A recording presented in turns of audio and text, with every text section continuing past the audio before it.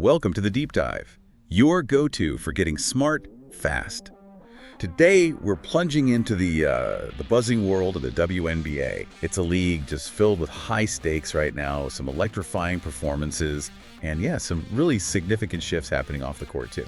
Absolutely. And our mission here basically is to give you a shortcut, a way to get incredibly well informed on, the whole landscape of women's pro basketball right now. Exactly.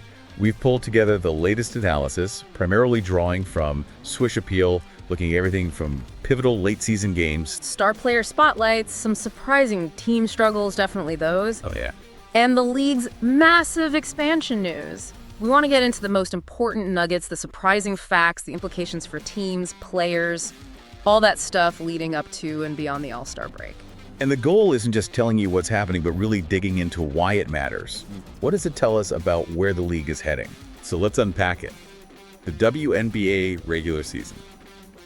Wow, it's wrapping up with this incredible urgency, especially that fight for the number 8 playoff seed. Oh, it's intense. It really is a battle. Highlights how every single game counts down the stretch. It absolutely does. And if you look at the immediate pressure points, the Chicago Sky and Atlanta Dream, they're right there, identical records, 13-25, heading into that huge late-season matchup on September 17th. A game the Dream had to win, right, to even the season series. Exactly. Huge tiebreaker implications there. And neither team was exactly lighting it up recently.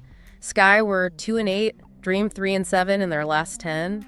Just struggling. And it wasn't just those two, was it? The Washington Mystics were also scrapping for that 8th seed. Yeah, which is pretty astonishing when you remember they started the 2024 season 0-12. Incredible turnaround. They were also 13-25, but they held the tiebreaker over the Sky, I think. They did, but the challenge for them was a really tough game coming up against the league-leading New York Liberty. So yeah, that race was super tight. And made even wilder by all the injuries. Oh, definitely. Injuries they've really reshaped these teams. For Chicago, losing Angel Reese, that season-ending wrist injury. I mean, she was leading the entire WNBA with 13.1 rebounds per game. Devastating. Yeah. And the Sky only managed, one win since she went out? It shows her impact. And the Dream had their own major loss with Cheyenne Parker-Tyus, their starting power forward, out with an ankle injury. Right. But then you see veteran Tina Charles stepping up massively for Atlanta. Yeah, second all-time in WNBA points.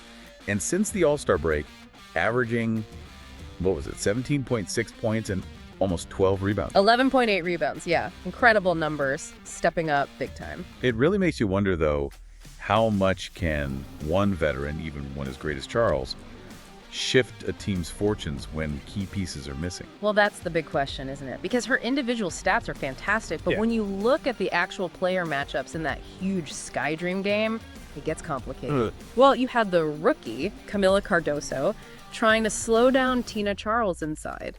That's a huge ask for a first-year player against a legend like Charles. Right. Shows that even a powerhouse needs the right support around them to actually win those crucial games. Exactly. And on the flip side, Atlanta really needed to find a way to contain Chennedy Carter for the Sky. Carter was cooking against them, right? Averaging over 16 points on 50% shooting. Yeah, she was a problem for Atlanta. And for the Sky, they had to deal with Alicia Gray, who was putting up almost 18 points per game against them. And Ryan Howard, who was expected back after missing some time. The stakes were so high, every possession felt huge.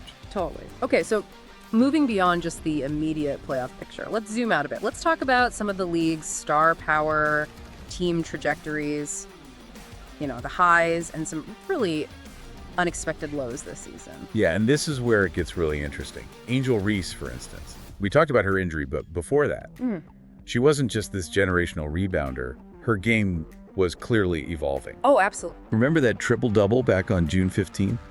11 points, 13 boards, 11 assists. You're the second youngest player ever to do that. Yeah, that was impressive. What does that signal about her development, especially as a playmaker? I think it signals a massive leap. With Courtney Vandersloot gone, Reese really stepped into that facilitating role for the Sky. She was averaging a team-best 4.5 assists per game. That kind of versatility, on top of the rebounding, it's remarkable. But you got the All-Star nod, too. Really cemented her impact, Not just stats, but really driving that team when healthy. Definitely a force. Then you pivot to a team like the Phoenix Mercury. Just a surprising rise. As of late June, they had the WNBA's second-best record at 12-4. How did they pull that off? Well, they really found their stride. Built around some spectacular performances. You had Saito Sabali just going off, remember, 24 points, hitting 7 out of 10 threes against the Liberty. Incredible shooting. And Alyssa Thomas nearly getting a triple-double herself in that same time frame. 17 points, 15 assists, 9 rebounds. Just stuffed the stat sheet. Yeah, and their success really comes down to some smart strategic adjustments, that small ball lineup they run. With Alyssa Thomas as the point guard, basically. Exactly. It's been so effective, creates constant mismatches that defenses just struggle with. It really shows how, smart tactics can totally change a team's fortunes, even with stars you already know. It's a bit of a masterclass, really. But then, not all the top teams are soaring like that. The Las Vegas Aces, 2-time reigning champs, facing some unexpected challenges this season. As of early July, they were sitting at 8-8. 7th place. What is going on there? It really highlights how thin the margins are in this league. A big part of it, no doubt, was Aja Wilson's wrist sprain back on July 9th. How much did that impact them? Hugely. The team went 1-3 in the games she missed right after. And the stats, they were getting outscored by over 13 points per 100 possessions when she was off the court. Wow. So her absence isn't just losing a star, it messes up their whole flow. Totally disrupts everything, offense and defense. But it wasn't just injuries, was it? They made that big trade too. Right, that high-stakes trade for Nalissa Smith on July 2nd. Gave up a 2027 first-round pick, waived 2 players. For a team like the Aces, struggling for consistency, that feels like more than just a player swap. It signals some pressure. Oh, immense pressure. So, was that a smart gamble or, a sign of desperation? Especially given Smith's past efficiency issues, and frankly, the Aces haven't always been great at developing role players. That's the million-dollar question, isn't it? It tells you they're prioritizing immediate talent, even at the cost of a future first-rounder. It suggests maybe they didn't feel they had the internal options, or maybe they just strongly believe their championship window is right now. It's a calculated risk, for sure. Definitely. Could save their season. Could complicate things long-term, especially when you look at their consistency issues. Only two-game winning streaks all season. No 3-game streaks. They were clearly searching for a spark, an immediate fix. Yeah. Okay, so beyond those big names, let's touch on some other teams shaping the league. We shouldn't overlook the Minnesota Lynx. Absolutely not. While everyone's focused on the drama elsewhere, the Lynx have just quietly, dominantly become the league's top team. 18-3 as of mid-July. It's not just the wins, it's how they're winning. Balanced offense, suffocating defense. And Napheesa Collier having an MVP caliber season. For sure. Their consistency in a league that's seen so many ups and downs this year, it really shows what true team cohesion looks like. Right, and then you've got teams like the Dallas Wings leaning really heavily on rookies because of injuries. Yeah, Paige Buecher's looking like the Rookie of the Year favorite. Leads all rookies in points, assists, steals. And Aziaha James, J.J. Quinterly also stepping up big time for them. And look at the Mystics, too. Despite that awful start, their rookies have been fantastic.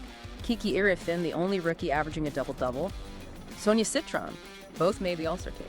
Contributing to a much better performance than the last season, even with a rough beginning. It's clear this rookie class is making a huge impact everywhere. Definitely. You're seeing contributions from Tahina Papa with the Dream, Layla Lacan for the Sun, Dominique Malonga with the Storm. They're all stepping up. Shows the depth of talent coming in. Yeah, incredible depth. And speaking of growth, let's shift to the biggest off-court story, that historic expansion announcement. Huge news. June 30th, Commissioner Kathy Engelbert announces the WNBA is expanding to 18 teams by 2030. Cleveland in 2028, Detroit in 2029, Philadelphia in 2030. She talked about extraordinary momentum and surging demand for investment. Okay, so let's look at the strategy here. All 3 new teams owned by existing NBA owners. And that expansion fee, $250 million. Yeah, staggering. 5 times what the Golden State Valkyries paid just recently. That screams big guys with big bucks, right? Teams playing in NBA arenas. What are the trade-offs here? Focusing exclusively on this established capital? What's it say about the league's vision? Well, it signals a really clear shift, I think. The WNBA is leveraging that established NBA capital and infrastructure for rapid, kind of top-down growth. The insight maybe is that they're prioritizing an accelerated path to mainstream commercial success, big media deals. Betting that a strong central financial base helps everyone eventually. Kind of. But maybe accepting a trade-off, like you said. Less organic expansion in potentially underserved markets, which might explain that geographic imbalance we see. Yeah, exactly. No expansion in the Southeast, leaving Atlanta as the only team there. Big disappointment for bids like Nashville's, which really tried to tap into the sport's history. Right. And it does raise those critical questions about sustainability. Because yes, Golden State is thriving as a new franchise, but maybe their success is almost too good an advertisement. Sets an expectation that might be hard to replicate everywhere else. Could be. And the league-wide challenge of just building deep quality rosters is real. We just talked about the Aces struggling with depth. Other teams too. It's hard. And the Players Association, the WNBPA, they voiced frustration with the league's initial CBA proposal around this time too, didn't they? They did. And Satu Sabali from Phoenix had that really strong quote. Something like, maybe focus on the teams that find excuses continuously to lack investment into their players before we focus on adding more. Wow. That really highlights the tension, doesn't it? It does. Between the league saying, essentially, individual players don't create revenue, but more teams do. Right. And the potential risk to the actual on-court product. If the infrastructure, expanded rosters, maybe a developmental league, better player development pathways, isn't prioritized just as much as adding new logos. It's a very delicate balancing act for the league moving forward. It truly is. Yeah. This deep dive, it really paints a picture of a league at this fascinating crossroads, growing incredibly fast, getting unprecedented attention. But also facing these really crucial decisions about how to best support the players and maintain that quality of play while expanding so quickly. Exactly. So what does this all mean for you, the fan listening in? We've just walked through a really dynamic WNBA season. From those nail-biting playoff races and incredible individual moments on the court. To the league's ambitious, maybe sometimes challenging expansion plans off the court. So the question to leave you with is this. What do you think the future holds? How does the WNBA strike that balance between this exponential growth and ensuring sustained high-level excellence on the court?